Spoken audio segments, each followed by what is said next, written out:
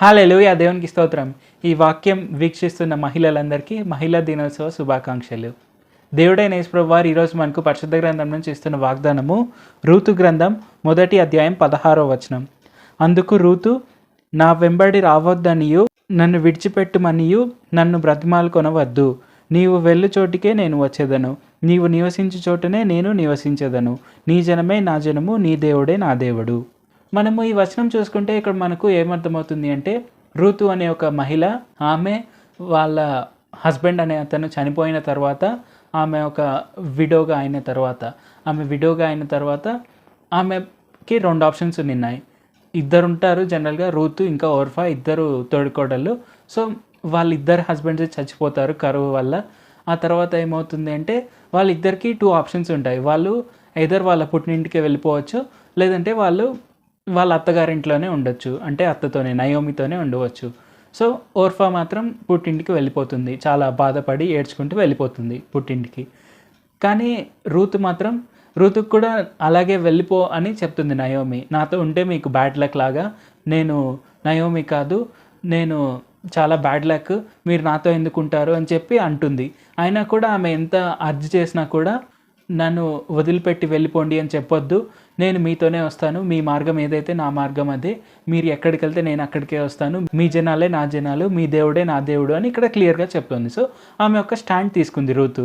ఏంటంటే ఆమెకు ఇప్పుడు ప్రజెంట్గా ఎప్పుడైతే అంటే అత్తగారింట్లోకి వచ్చిన తర్వాత ఆమెకు పెద్దవాళ్ళు ఎవరైనా ఉన్నారంటే అది కేవలం అత్తగారిని మాత్రమే చూసింది. సో ఆ విధంగా అత్తగారిని ఫాలో అయ్యి అత్తగారితోనే వెళ్ళిపోయింది. ఎక్కడికి? ఇజ్రాయెల్కే వెళ్ళిపోయింది. మళ్ళీ ఇజ్రాయెల్కి వెళ్ళిన తర్వాత ఏమవుతుంది, అక్కడ గొప్ప గొప్ప అద్భుతాలు అనేది చూడవచ్చు మనము. ఎందుకు అలాగైందంటే, ఆమె ఒబీడియన్స్ చూపించింది. ఇక్కడ ఒబీడియన్స్ చూపించి వాళ్ళ అత్తగారితోనే వెళ్ళింది.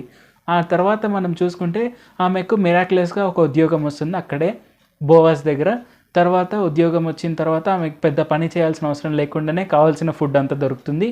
అలాగే ఆమెకు రావాల్సిన, అంటే నయోమికి రావాల్సిన ల్యాండ్ అనేది కూడా వస్తుంది. ఆ తర్వాత బోయాజే వచ్చి ఆమెను వివాహం కూడా చేసుకుంటారు. అది చూసుకుంటే మనకి ఎంతో గొప్ప విషయం కదా. ఆమె కేవలం ఒబీడియన్స్ చూపించింది కాబట్టి ఆమెకు అంత గొప్ప ఆశీర్వాదం అనేది వచ్చింది.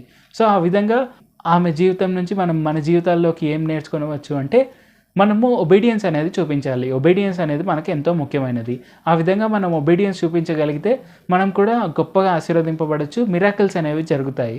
ఈ విషయాన్ని మనం తప్పకుండా గుర్తుపెట్టుకుందాం. ప్రార్థన చేసుకుందాం. పరిశుద్ధ జీవాధిపతి, జీవంగల దేవ యేసయ్య, ఈరోజు మాకు ఇచ్చిన ఈ వాగ్దానాన్ని బట్టి మీకే వందనాలు తండ్రి. మేము ఎప్పుడు కూడా తప్పకుండా ఒబీడియన్స్ కలిగి ఉండేందుకు సాయం చేయండి. ఎలాగైతే రూతు ఒబీడియన్స్ చూపించిందో, వాళ్ళ అత్తగారితోనే ఉండిందో, అలాగా ఆ ఒబీడియన్స్ చూపించడం వల్ల ఆమెకు మిరాక్యులస్గా ఎంత గొప్ప ఆశీర్వాదాలు అనేవి వచ్చాయో, ఆమెకు ఉద్యోగం రావడం కానీ, ఆమెకు రోజు ఫుడ్ దొరకడం కానీ, లేదంటే ఆమెకు తక్కువ పని చేసినా కూడా ఫుడ్ తక్కువ కాకుండా ఎక్కువగా వచ్చేలాగా చేయడం కానీ, లేదంటే ఆమెకు అక్కడ ఉండే వ్యక్తితోనే, ఆ పొలాలన్నిటికీ యజమానితోనే వివాహం కూడా జరిగింది తండ్రి. ఆ విధంగా మీరు ఆమెను అంత గొప్పగా ఆశీర్వదించారనేది మాకు తెలియపరిచినందుకు వందనాలు తండ్రి. తప్పకుండా మేము కూడా ఒబీడియన్స్ కలిగి ఉండేందుకు సాయం చేయండి. యేసు నామములో అడుగుచున్నాను తండ్రి. ఆమేన్. Thank you Jesus. దేవుడు మిమ్మల్ని ఆశీర్వదించును గాక.